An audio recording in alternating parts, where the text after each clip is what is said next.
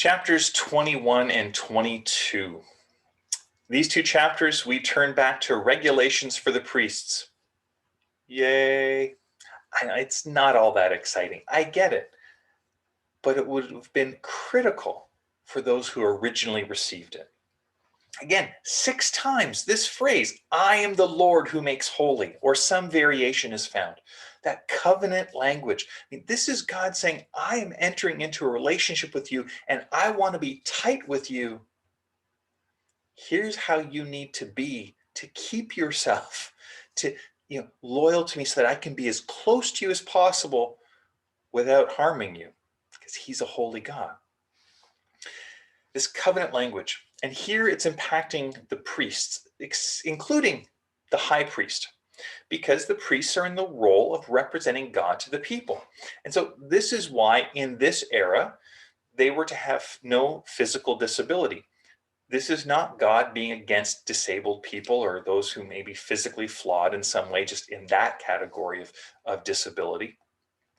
Again, we've seen already and we'll continue to see God places those with disabilities or those who are vulnerable in other ways in positions of status within the overall community. They're not to be disregarded, or they're not to be abused. They're not to be mistreated. They're to be valued. They're to be cared for. In a society where, again, if you had a physical disability, this is a agrarian culture. If you're not, you're physically disabled where you can't plow a field or you can't, work in that way, you're at risk.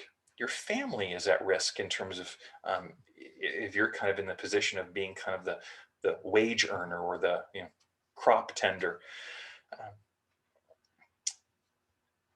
Here we see the priests also were to have no pagan religious connections or associations. That's relating to the commands regarding self-mutilation or who they can marry. And again, there's part where we kind of struggle with this in our modern kind of society. And there's part of this that in church culture, I think we've got some of it right, and sometimes we get some of it wrong.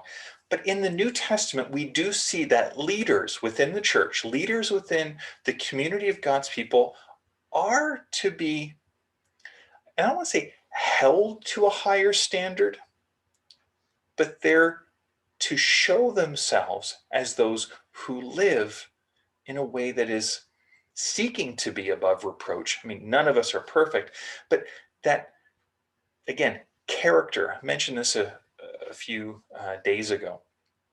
Character is one of the qualifications for leadership. It's a thing, I got taught this and I find this really helpful. When looking to who is called to be a leader, there's the calling part, there's the competence part, and then there's the character part. And to me, it's character and calling are the critical ones, because competence, the ability to do certain things or skills, that can be taught, or that can grow. But if there's not character and there's not the calling, it shouldn't be in leadership. The lack of physical defect was not just about the priests we see, it's also about the kinds of sacrifices priests were to accept. Again, that's because the priests and the system of sacrifice, so the sacrifices that were used as part of that, were reflective of God's character. This was about showing Israel the type of God, the character, the nature of the God they have entered into covenant with.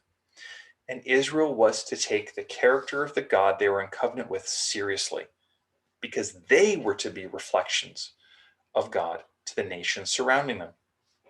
It's not just the priests who were in covenant with God, not just Moses and Aaron.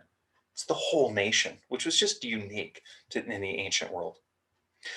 The note in verse 23 of chapter 22, verse 23, defective animals were allowed for offering, but only for voluntary ones, as kind of extra over and above. Which, for me, that brings up the question of what is the meaning and the value of sacrifice? And part of what makes a sacrifice valuable is the heart, is the intent of the one offering the sacrifice, the worshiper in this case. These sacrifices were picturing the sacrifice God himself was going to bring one day in the future. That's why it was called to be perfect, because it was not just any sacrifice will do. It's not just kind of coming, you know, willy-nilly or without forethought. It's the best, because God was going to bring his best himself. This system was going to be made obsolete one day because it was simply a picture of what God, I shouldn't say simply a picture, that is always meaningless in the day. It was anticipating, it was a foretaste of the sacrifice God was going to bring. And so the priests, the high priest, the sacrifices were all representing who God was to humanity and reminding God's people and those who looked upon this system, who they were in relation to God. It was a showing about, as we look back today, what Jesus would be, would do, has done for us. It's revealing God's nature and character. And so here's this thought I want to bring as we kind of wrap up this week. What is your heart in worship? And I'm not talking about just public worship. And I'm hoping, I'm anticipating that we're going to be able to be in person again and kind of gather together. But what's our heart in the day-to-day? The worship is a 24/7 activity because we are all priests, all of us now, called to reflect Jesus in our everyday. As I'm recording this, David Jones just talked about being intentional on Sunday. So this is about a week and a half, almost 2 weeks ago, as I'm saying this. But it relates to the very same concept, this very same idea.